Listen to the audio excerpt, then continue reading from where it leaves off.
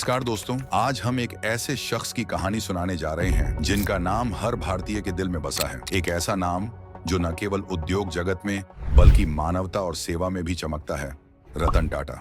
आज के वीडियो में हम जानेंगे उनकी जिंदगी की कहानी, संघर्ष और उनके वो अद्भुत फैसले जिन्होंने भारत को एक नई दिशा दी। रतन नवल टाटा का जन्म 28 दिसंबर 1937 को मुंबई में हुआ। वह टाटा परिवार में पैदा हुए थे जो पहले से ही भारत के प्रमुख औद्योगिक घरानों में से एक था। लेकिन रतन टाटा के जीवन की शुरुआत आसान नहीं थी। जब वह सिर्फ 10 साल के थे, उनके माता पिता का तलाक हो गया और उनके दादा दादी ने उनकी परवरिश की।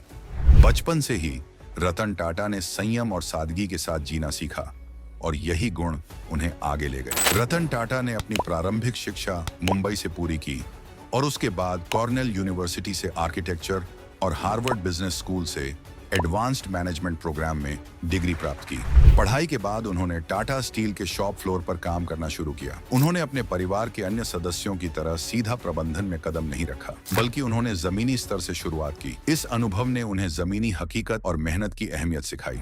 1991 में रतन टाटा ने JRD टाटा से टाटा समूह की बागडोर संभाली। टाटा समूह तब एक पारंपरिक भारतीय कंपनी थी, लेकिन रतन टाटा के नेतृत्व में यह एक वैश्विक दिग्गज बन गया। उनके महत्वपूर्ण निर्णयों में से एक था टाटा मोटर्स की स्थापना और टाटा इंडिका जैसी भारतीय कार को लॉन्च करना। ये भारत की पहली स्वदेशी रूप से डिजाइन की गई कार थी। उनके इस निर्णय को पहले तो आलोचना मिली, लेकिन बाद में यह एक बड़ी सफलता साबित हुई। रतन टाटा का सबसे बड़ा और साहसिक कदम 2007 में टाटा स्टील द्वारा यूरोप की सबसे बड़ी स्टील कंपनी कोरस का अधिग्रहण था। इस अधिग्रहण ने टाटा समूह को वैश्विक मंच पर खड़ा कर दिया। इसके साथ ही 2008 में उन्होंने जगुआर और लैंड रोवर जैसी प्रतिष्ठित विदेशी कंपनियों का अधिग्रहण कर भारतीय उद्योग की ताकत को दुनिया के सामने पेश किया। यह साबित हुआ कि रतन टाटा केवल भारत के लिए नहीं बल्कि वैश्विक स्तर पर भी एक अद्वितीय उद्योगपति थे।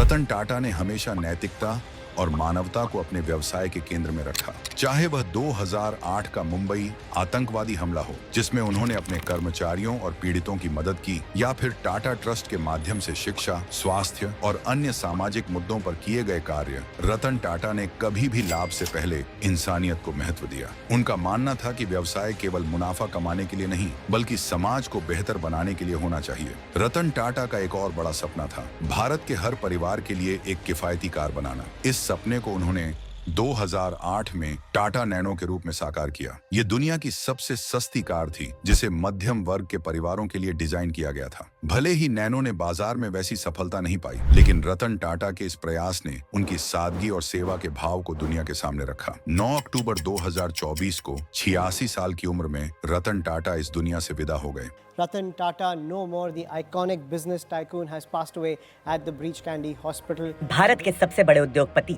रतन टाटा का बुधवार शाम को निधन हो गया।